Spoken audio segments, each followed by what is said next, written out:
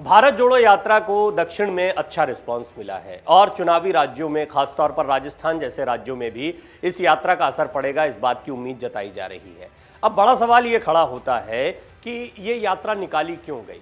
ये यात्रा निश्चित तौर पर राजनीति के लिहाज से तो है ही, राजनीति में कांग्रेस का रिवाइवल हो, राहुल गांधी की ब्रांडिंग हो, लेकिन भारत जोड़ो यात्रा के जरिए कांग्रेस की 2024 की असली रणनीति क्या है वो हम आपको इस रिपोर्ट में बताने जा रहे हैं। कांग्रेस इस वक्त भारी अंतरकलह से और बिखराव से जूझती रही और 2024 का लोकसभा चुनाव बहुत ही महत्वपूर्ण है, नजदीक आ चुका है। तमाम राजनीतिक दल इसकी तैयारियों में जुटे हुए हैं। अपने अस्तित्व की लड़ाई लड़ रही कांग्रेस ने राहुल गांधी के नेतृत्व में भारत जोड़ो यात्रा की शुरुआत की। राहुल गांधी के नेतृत्व में निकाली गई कांग्रेस की भारत जोड़ो यात्रा के 50 दिन पूरे होने वाले हैं। तमिलनाडु के कन्याकुमारी से 7 सितंबर को शुरू हुई ये यात्रा केरल और कर्नाटक के बाद अब आंध्र प्रदेश पहुंच चुकी है। 150 दिनों तक चलने वाली ये यात्रा 12 राज्यों से गुजरेगी। 3570 किलोमीटर लंबी इस यात्रा का समापन अगले साल कश्मीर में होगा। भारत जोड़ो यात्रा के जरिए राहुल गांधी अपनी उस छवि से उबरने की कोशिश कर रहे हैं जो भारतीय जनता पार्टी ने उनका मजाक उड़ाते हुए बना दी थी। उनकी कोशिश एक जननेता की इमेज बनाने की दिख रही है, एक ऐसा नेता जिसके पीछे भीड़ इकट्ठा है, भीड़ का विश्वास है। कांग्रेस की इस यात्रा का मकसद सिर्फ भाजपा को चुनौती देना नहीं है, खुद का अस्तित्व बचाना भी है। भारत जोड़ो यात्रा को लेकर कांग्रेस में खासा उत्साह देखने को मिल रहा है। पार्टी के नेताओं को इस यात्रा से जनाधार बढ़ने की उम्मीद भी है। राहुल गांधी की भारत जोड़ो यात्रा को कांग्रेस के देश की सत्ता में वापसी के प्रयास के रूप में देखा जा रहा है। इसके लिए पार्टी निचले स्तर पर कार्यकर्ताओं के बीच एकता का मंत्र फूंकने की कोशिश करती दिखाई दे रही है। अब तक इस यात्रा में कुछ विवाद भी जुड़े हैं। वहीं इस यात्रा के दौरान राहुल गांधी की कई तस्वीरें भी सामने आई जिनकी चर्चा हर तरफ हुई और लोगों को भावुक भी कर गई कई तस्वीरें। लोगों के बीच उनकी इस यात्रा को लेकर क्या असर दिख रहा है, इसकी झलक बीजेपी शासित राज्य कर्नाटक में दिखी। इस यात्रा में कर्नाटक ऐसा पहला राज्य रहा जहां बीजेपी शासन में है और कर्नाटक में राहुल गांधी की यात्रा को उन इलाकों में जन समर्थन मिला जहां कांग्रेस की स्थिति बहुत अच्छी नहीं है। इस वजह से राज्य के बीजेपी नेताओं को राजनीतिक और प्रशासनिक तौर पर सक्रिय होना पड़ा। भारत को जोड़ने के लिए निकले राहुल गांधी एक प्रकार से 232 सीटों को सीधे सीधे जोड़ रहे हैं।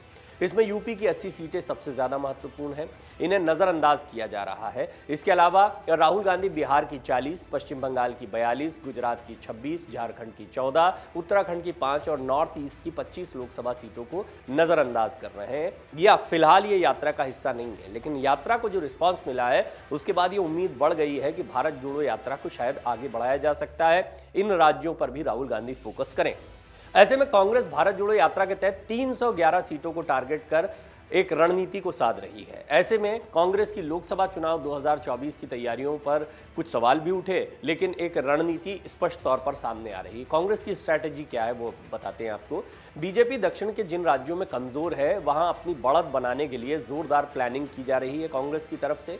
इसी रणनीति के तहत हैदराबाद में बीजेपी की राष्ट्रीय कार्य समिति की बैठक हुई। इसके बाद केरल, आंध्र प्रदेश, कर्नाटक और तमिलनाडु की 4 महत्वपूर्ण हस्तियों पीटी उषा, वीरेंद्र हेगड़े, इलैया राजा और वी विजेंद्र प्रसाद को राज्यसभा के लिए मनोनीत किया गया। बीजेपी के इसी रणनीतिक बढ़त को रोकने के लिए ये यात्रा कांग्रेस का काउंटर प्लान है। राजस्थान और मध्य प्रदेश में बीजेपी लगातार 2 बार लोकसभा चुनाव में सैचुरेशन लेवल तक सीटें हासिल कर चुकी है।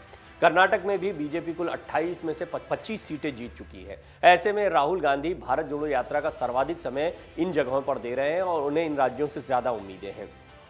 मैंने आपको कुछ रिपोर्ट्स में बताया है कि बीजेपी के लिए सबसे बड़ी चुनौती है पुराने प्रदर्शन को दोहराना, खासतौर पर उन राज्यों में जहां क्लीन स्वीप किया था या जिसको हम सैचुरेशन कह रहे हैं, वो लेवल की इससे ज्यादा तो आ ही नहीं सकता अच्छे से अच्छे समय में। तो अब या तो पहले आप उस प्रदर्शन को बरकरार रखें या अगर उसमें कुछ भी गिरावट आती तो निश्चित तौर पर यह बीजेपी की पिछली स्थिति से उसको कमजोर करेगी और कांग्रेस को मजबूत करेगी। कांग्रेस की महज 2 राज्यों में अकेले सरकार है, अपने दम पर सरकार है। ऐसे में कर्नाटक और राजस्थान विधानसभा चुनाव में इस यात्रा के जरिए जीत की इबारत लिखने की उम्मीद है। कांग्रेस को उम्मीद है कि मध्य प्रदेश, उत्तर प्रदेश, गुजरात, हरियाणा जैसे राज्यों में यदि एंटी इनकम्बेंसी फैक्टर काम करता है तो कांग्रेस इसमें सर्वाधिक सियासी शेयर टेकर होल्डर बन जाएगी। मध्य प्रदेश, छत्तीसगढ़, गुजरात ये सारे वो राज्य हैं जहां पर अल्टरनेट व्यवस्था रही। कांग्रेस एक बार बीजेपी 5-5 साल में इस तरीके से सत्ता का हस्तांतरण होता रहा। एंटी इनकम्बेंसी शब्द बहुत चलता था, लेकिन बीजेपी खासतौर पर 2014 के बाद जो एक जीत का एक बहुत ही तेज लहर देखने को मिली है बीजेपी की, उसमें देखा गया है कि एंटी इनकम्बेंसी के बावजूद बीजेपी ने अपने राज्यों को बचाया है। 2017 के विधानसभा चुनाव में गुजरात में जिस तरह से सीटें कम हुई थी, या इस बार भी उत्तर प्रदेश में सीटें कम हुई हैं, निश्चित तौर पर सरकार पूर्ण बहुमत के साथ फिर से बीजेपी की बनी, योगी आदित्यनाथ मुख्यमंत्री बने।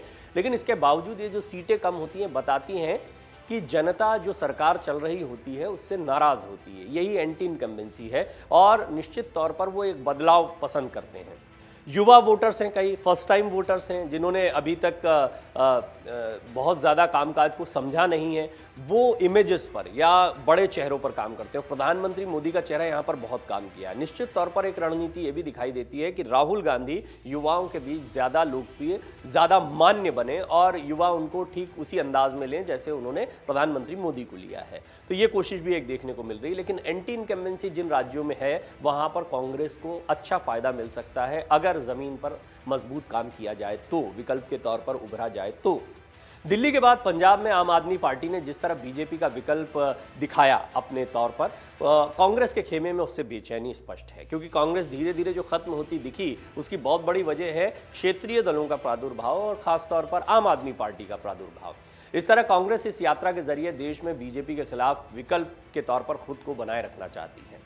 सहयोगी दलों में भी कांग्रेस का नेतृत्व स्वीकार करने की एक देखी जा रही है ललक। शरद पवार, उद्धव ठाकरे, ये लोग साथ में आए हैं। बिहार की राजनीति में भी इसी तरह से हाथों हाथ लिया जा रहा है ये यात्रा मददगार साबित होगी कि कांग्रेस का नेतृत्व स्वीकार किया जाए, राहुल गांधी के चेहरे को फिर से स्वीकृति मिले, ऐसी कांग्रेस को उम्मीद है। कांग्रेस को मिलेगा क्या? सबसे पहले तो 2024 में तीसरे मोर्चे को विकल्प बनने से रोकने की कोशिश है। तीसरा मोर्चा यानी एनडीए यूपीए के अलावा एक और मोर्चा तैयार हो जाए जिसकी कवायद लगातार चल रही है। ऐसा होता है तो फिर 3 धड़ों में राजनीति बढ़ जाएगी और ऐसा पहले भी हुआ कि कांग्रेस बीजेपी के बीच में तीसरा मोर्चा देखा गया है। लेकिन तीसरा मोर्चा न बनाकर दूसरे मोर्चे को या यूपीए को ज़्यादा मजबूत किया जाए और ज़्यादा से ज़्यादा ताकतवर दलों को अपने साथ जोड़ा जाए, इसके लिए केंद्र में एक नेतृत्व दिया जाए, एक चेहरा दिया जाए जो प्रधानमंत्री मोदी के खिलाफ 2024 के चुनाव में खड़ा होता दिखाई दे। तो कांग्रेस का ये प्रयास रहेगा आने वाले दिनों में कि वो राहुल गांधी को इस स्तर पर लेकर आएंगे, दोबारा उनको लेकर एक स्वीकृति बने, एक सर्वमान्यता बने। शरद पवार इसके लिए तैयार है, नीतीश कुमार इसके लिए तैयार हैं, अखिलेश को भी बहुत ज़्यादा दिक्कत नहीं है। अरविंद केजरीवाल की लड़ाई अलग है, वो बिल्कुल अलग है, कांग्रेस के साथ में आना नहीं चाहते। केसीआर का भी ऐसा ही कुछ है, ममता बनर्जी का भी ऐसा ही कुछ है। ये 3-4 जो दल हैं ये स्पष्ट तौर पर दिखाई दे रहा है कि तीसरे मोर्चे के रूप में दिखाई देंगे। हाँ, ये भी हो सकता है कि चुनाव के बाद के समीकरणों में ये कांग्रेस के साथ में आपको दिखाई दें, समर्थन करते दिखाई दें बनिस्बत बीजेपी के, अगर ऐसी स्थितियां बनती है तो। जिस तरह चंद्रबाबू नायडू, बिहार के सीएम नीतीश कुमार, ममता बनर्जी खुद को विकल्प के रूप में अप्रत्यक्ष रूप से आगे कर रहे हैं, ऐसे में इस यात्रा से सीटों की संख्या में बढ़ोतरी होती है तो कांग्रेस का नेतृत्व सभी सहयोगी दलों को स्वीकार करना होगा। इस यात्रा के जरिए यूपीए के सहयोगी दलों पर कांग्रेस लोकसभा सीटों की संख्या में बार्गेन की स्थिति भी मजबूत बनेगी। अब क्या राहुल इस यात्रा के जरिए पार्टी में फिर से जान फूंक पाएंगे, ये एक और बड़ा सवाल है। राहुल गांधी के नेतृत्व में कांग्रेस की भारत जोड़ो यात्रा फिलहाल सुर्खियां खूब बटोर रही है, लेकिन असली सवाल अभी यही है कि क्या राहुल इस यात्रा के जरिए पार्टी में फिर से जान फूंकने में कामयाब हो पाएंगे। 2024 के लोकसभा चुनाव से पहले कांग्रेस की असली परीक्षा इसी साल हिमाचल प्रदेश और गुजरात में होने वाले विधानसभा चुनाव में होगी। इसके अगले साल 9 राज्यों में विधानसभा चुनाव होने हैं। इनमें से एक राज्य कर्नाटक भी है जहां राहुल इस समय यात्रा कर चुके हैं। उनकी यात्रा अभी समाप्त हुई है कर्नाटक में, उसके बाद आंध्र प्रदेश में अब ये यात्रा चल रही है। कांग्रेस पार्टी कर्नाटक की मुंबई सरकार पर भ्रष्टाचार के मुद्दों पर हमलावर रही है। पार्टी कार्यकर्ताओं में भी यात्रा के दौरान जबरदस्त उत्साह देखने को मिला। हालांकि देखना होगा कि कार्यकर्ताओं का ये उत्साह चुनाव तक बरकरार रहता है या नहीं। बहुत समय नहीं है चुनाव में, लेकिन एक तरीके से कार्यकर्ताओं को एक्टिव कर दिया है राहुल गांधी ने। राहुल का लक्ष्य भले ही भाजपा और मोदी से स्पर्धा हो, लेकिन उनकी असली चुनौती ममता, नीतीश, केसीआर, मायावती, केजरीवाल, अखिलेश, ये सब भी हो सकते हैं। आगामी लोकसभा चुनाव में मोदी के विरुद्ध प्रमुख प्रतिस्पर्धी बनने के लिए इन नेताओं में संघर्ष तय दिखता है। राहुल की यात्रा अगले साल जनवरी में संपन्न होगी और तब तक आगामी आम चुनाव की सुगबुगाहट होने लगेगी। ऐसे में इस यात्रा का एक मकसद राहुल का कद बढ़ाना भी लगता है ताकि वो विपक्षी गोलबंदी के केंद्र में आ सकें।